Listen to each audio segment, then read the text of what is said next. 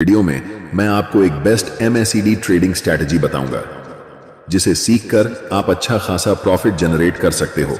MACD traders द्वारा use किए जाने वाले एक बहुत ही फेमस इंडिकेटर है, पर बहुत से लोग एक मिस्टेक करते हैं, वो है MACD को सिंगल अलोन यूज करना, क्योंकि MACD रेंजिंग मार्केट में हमें कंटिन्यूअसली फेक सिग्नल देता रखता है, जिसके वजह से हमें भारी नुकसान का सामना करना पड़ता है। तो वीडियो शुरू करने के पहले मैं थोड़ा MACD बुलिश क्रॉसओवर और बेरिश क्रॉसओवर को डिस्क्राइब कर देता हूं।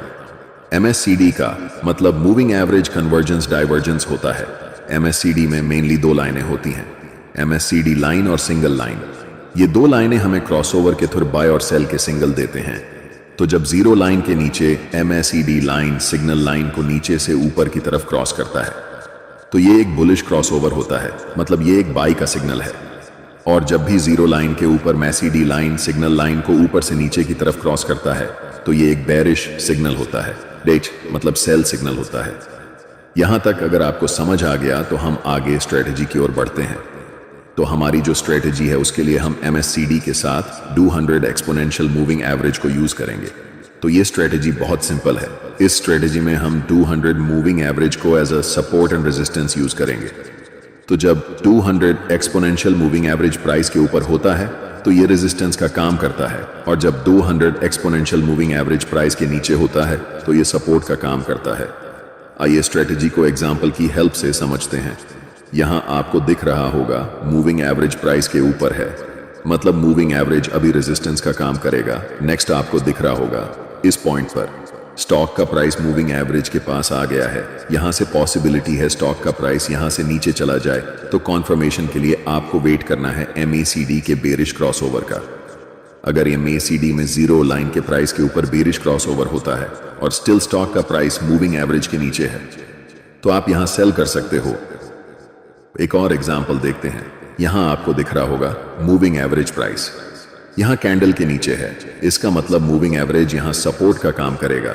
नेक्स्ट आपको दिख रहा होगा इस पॉइंट पर स्टॉक का प्राइस मूविंग एवरेज के पास आ गया है। यहां से पॉसिबिलिटी है स्टॉक का प्राइस वापस ऊपर की तरफ चला जाए, इसलिए कॉन्फर्मेशन के लिए आपको MACD के बुलिश क्रॉसओवर का वेट करना है। अगर जीरो लाइन के नीचे बुलिश क्रॉसओवर होता है और स्टिल कैंडल यहां प्राइस मूविंग एवरेज के ऊपर है, तो आप यहां बाय कर सकते हो। जो हमारी नेक्स्ट स्ट्रेटजी है उसमें हम MACD को प्राइस एक्शन के साथ कंबाइंड करके यूज करेंगे। वीडियो को कंटिन्यू करते हैं। यहां आपको एक डाउन ट्रेंड दिख रहा होगा। स्टॉक अपना लोअर लो और लोअर हाई बनाते हुए नीचे की तरफ जा रहा है। क्योंकि ये एक डाउन ट्रेंड है, इसलिए हम ट्रेंड लाइन प्राइस के ऊपर ड्रॉ करेंगे। यहां आपको दिख रहा होगा इस लेवल पर प्राइस मल्टीपल टाइम रिजेक्ट होकर नीचे चला जाता है, तो हमने इस लेवल पर एक ट्रेंड लाइन ड्रॉ किया। नेक्स्ट आपको दिख रहा होगा इस पॉइंट पर MACD में एक बुलिश क्रॉसओवर होता है, पर इमीडिएटली आपको कोई ट्रेड नहीं लेना है। आपको ट्रेंड लाइन के ब्रेकआउट का वेट करना है। नेक्स्ट इस पॉइंट पर दिख रहा है एक ग्रीन कैंडल ने ट्रेंड लाइन को ब्रेक किया। अगर नेक्स्ट डे इस ग्रीन कैंडल का हाई टूट जाए तो आप यहां बाय कर सकते हो। एक और एग्जांपल देखते हैं। तो यहां आपको दिख रहा होगा स्टॉक अप ट्रेंड में है। स्टॉक अपना हायर हाई और हायर लो बनाते हुए ऊपर की तरफ जा रहा है, क्योंकि ये एक अप ट्रेंड है। हम ट्रेंड लाइन प्राइस के नीचे ड्रॉ करेंगे। नेक्स्ट आपको दिख रहा होगा इस पॉइंट पर MACD में एक बेरिश क्रॉसओवर होता है, पर हमें इमीडिएटली ट्रेड नहीं लेना है। हमें ट्रेंड लाइन के ब्रेकआउट का वेट करना है। नेक्स्ट आपको इस पॉइंट पर दिख रहा होगा इस रेड कैंडल ने ट्रेंड लाइन को ब्रेक किया है। अगर नेक्स्ट डे कोई कैंडल इस कैंडल का लो तोड़ दे तो आप यहां सेल कर सकते हैं। अगर आप लोगों को ट्रेंड लाइन या level of support and level of resistance draw करना नहीं आता, तो आपके लिए एक सेपरेट वीडियो बनाया है, इसे आप यहां क्लिक करके देख सकते हैं। वीडियो को लाइक और चैनल को सब्सक्राइब जरूर करें। धन्यवाद।